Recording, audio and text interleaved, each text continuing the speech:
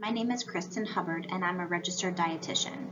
This presentation will provide an overview of how to make better choices at restaurants. First, we'll review the statistics around eating out in the United States, and then we'll discuss tips for making healthier choices with a comprehensive review of several different cuisines. The food service industry is nearly a $100 billion industry. Most consumers say they'd rather go out to eat than cook at home. As the restaurant industry continues to grow, there are roughly 349,000 chains in the U.S. as of 2023. Over half of Americans use delivery services to order restaurant meals in addition to going out.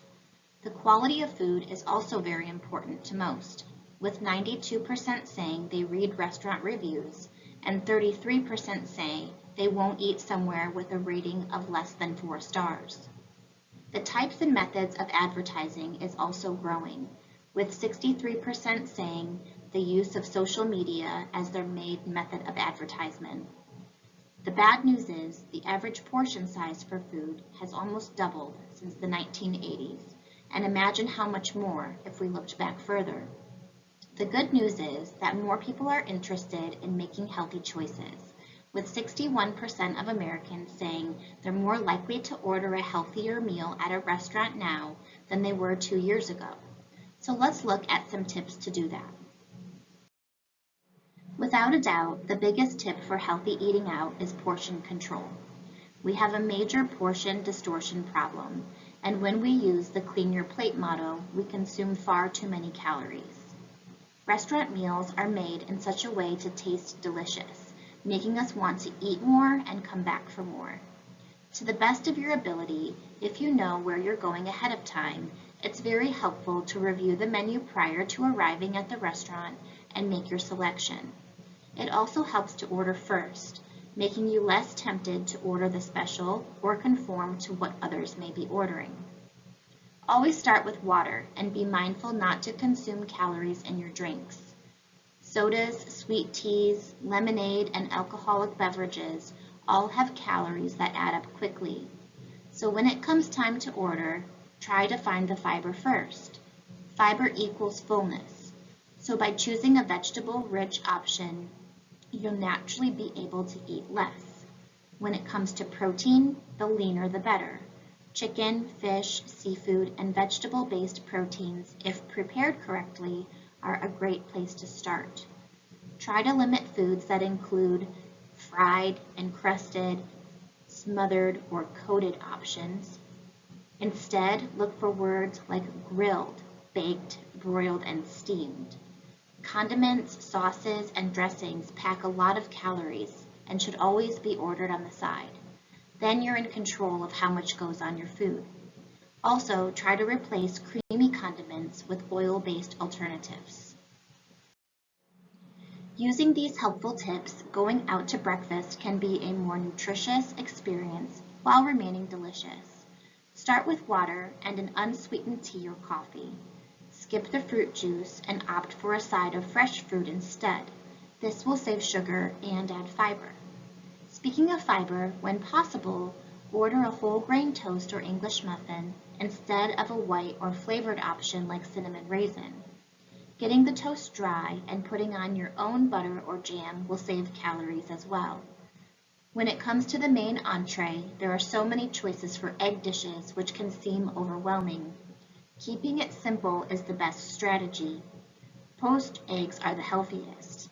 If you don't care for those, you can get scrambled, fried, sunny side up, or however you like, but asking for them to be made in a non-greased or buttered pan will save on the fat.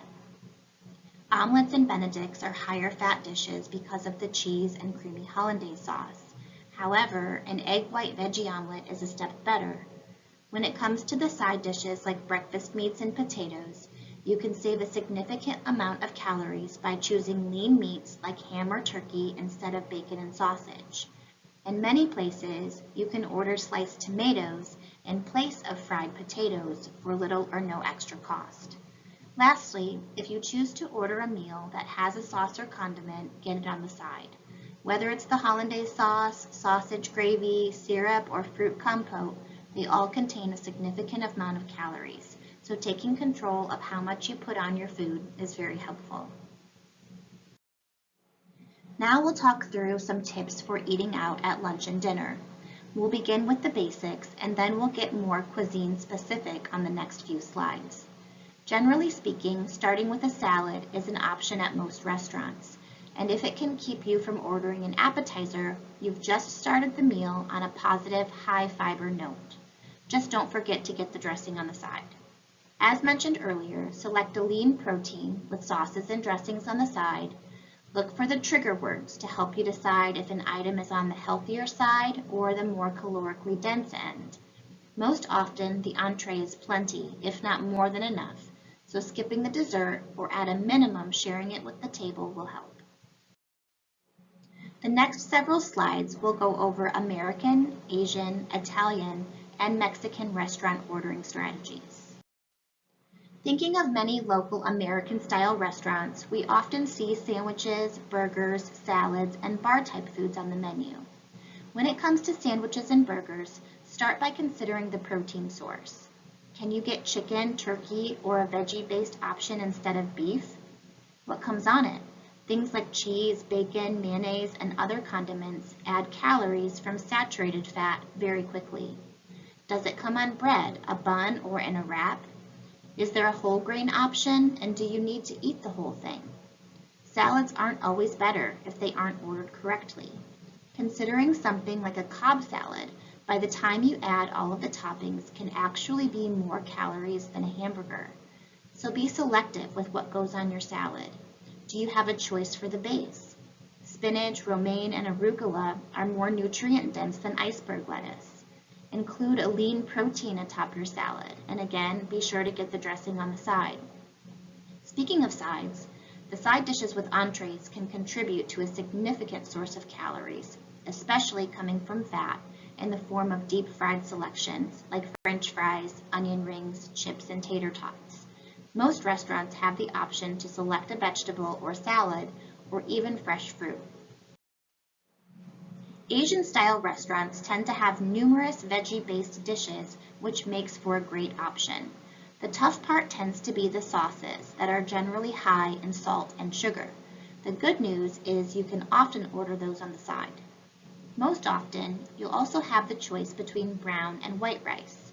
Brown rice is higher fiber and more nutrient dense, so it's the clear better choice. Some of the meats will be breaded or coated and fried, while others are steamed or grilled. Make sure you ask so you can order appropriately. Sushi can be a good option as well, just order mindfully. Again, most often you can get brown instead of white rice, or skip the rice altogether and get the seaweed wrap. Avoid the deep fried rolls and those topped with creamy sauces or stuffed with cream cheese. For example, ordering the California roll instead of the Philadelphia roll saves on saturated fat. When it comes to Italian food, again, start with a salad. Not only does this give you fiber, but it can help you from eating too much of the bread. If you struggle when it comes to limiting the bread, you can ask your server not to bring it or delay bringing it until your food comes out. Most Italian restaurants have whole grain pastas as an option, and many also allow to substitute a steamed vegetable in place of the pasta. If you choose to order a pasta dish, the red sauce is a lighter choice than the white, saving a significant amount of fat. It's also helpful to order something that is made to order as opposed to pre-made.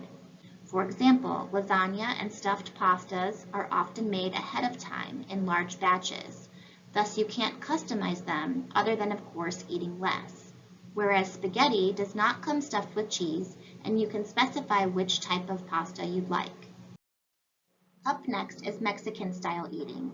The chips and salsa are so tempting for many people to overeat. If that's the case for you, you may want to ask your server not to bring them, or at least not right away. If you decide to have the chips, dipping them in fresh salsa is a much better option than the high-fat, high-salt queso cheese. Similar to what was suggested with Italian dishes, getting an entree that you assemble yourself leaves you in a much better position for control. For example, a taco or fajita as opposed to an enchilada, burrito, or quesadilla, which are all pre-stuffed with cheese. You can also ask for corn versus flour tortillas for a serving of whole grains and an extra dose of fiber. Many establishments also offer whole versus refried beans, which significantly saves on fat and salt. Lastly, just like with any cuisine, watch the condiments, but in Mexican dishes, they tend to be heavier on the cheese and sour cream. So when deciding how often you eat out and where to go, remember these tips. Most importantly, watch your portions. Be in control of your order. Ask questions and don't be afraid to request the specific things that you want, which can improve the quality of your meal. It's also helpful to ask for a takeout box right away when you order your meal if you're not sharing it with someone else. Speaking of takeout, leftovers are wonderful as long as you don't let them go to waste, and many can even be repurposed into a completely different dish the next day. Lastly, be careful what you order to drink. Water or unsweetened beverages are best. If you choose to order a calorie-containing drink, be aware of the refills and be careful with alcohol. I hope you enjoyed this presentation. The references used are listed here. For more information regarding upcoming classes, seminars, and videos, or to schedule an appointment, please visit our website at www.thevillageshealth.com/learning center.